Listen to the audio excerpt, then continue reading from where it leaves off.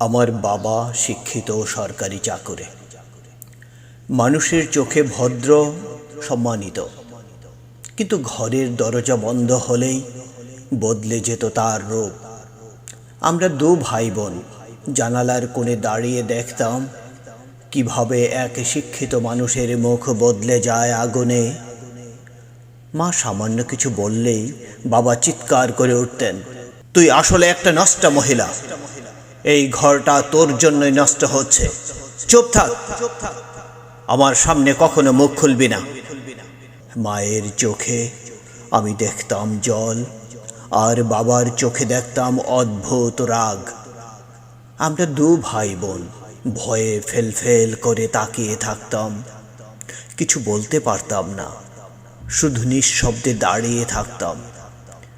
অনেকদিন এমনও হয়েছে বাবা মায়ের হাত টেনে বা চুলের মুঠি করে ধরে বলছেন, এখান থেকে ভাগ, আমার সামনে দাঁড়াবি না। তারপর মা কষ্ট করে নিজের ভার সামলে বাবার পিছনে ঘরে চলে যেতেন। দরজা বন্ধ হয়ে যেত, আর ভেতর থেকে ভেসে আসতো মায়ের কান্না আর বাবার কঠিন গলার শব্দ। এভাবে দিনের পর দিন ঘরের দেয়ালে জমতে থাকা তীব্রতা একদিন ফেটে পড়ল।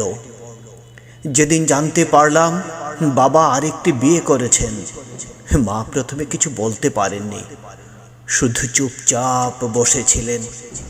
চোখের ভেতর হাজারটা প্রশ্ন আর হাজারটা আঘাত জমেছিল, কিন্তু মা ভেঙে পড়লেন না। তিনি আমাদের দু ভাই বোনকে শক্ত করে জড়িয়ে ধরে বললেন, তোমরা কাউকে কখনো অপমান করবে না, অপমান মানুষকে ভেতর থেকে মেরে ফেলে।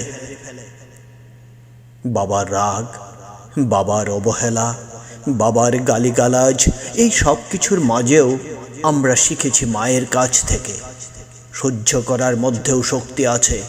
নীরবতা কখনো কখনো প্রতিবাদ হয়ে দাঁড়ায়। আজও যখন রাত নেমে আসে, মায়ের পাশে বসে মনে হয় মানুষকে ভাঙার জন্য শব্দই যথেষ্ট, আর মানুষকে বাঁচানোর জন্য ভালোবাসাই যথেষ্ট। আমাদের ঘর ভেঙেছে, কিন্তু আমাদের মন ভাঙেনি। মায়ের নীরব সহ্য, মায়ের অস্ত্র, মায়ের শক্তি, এই তিনটাই আজ আমাদের আলো। আমরা জানি কিছু শব্দ মানুষকে ভেঙে দেয়, কিছু দৃশ্য শৈশবকে কাঁপিয়ে দেয়, কিন্তু এগুলোর মাঝেও মায়ের মতো একজন মানুষ থাকলে বাঁচার সাহস আবার জন্ম নেয়।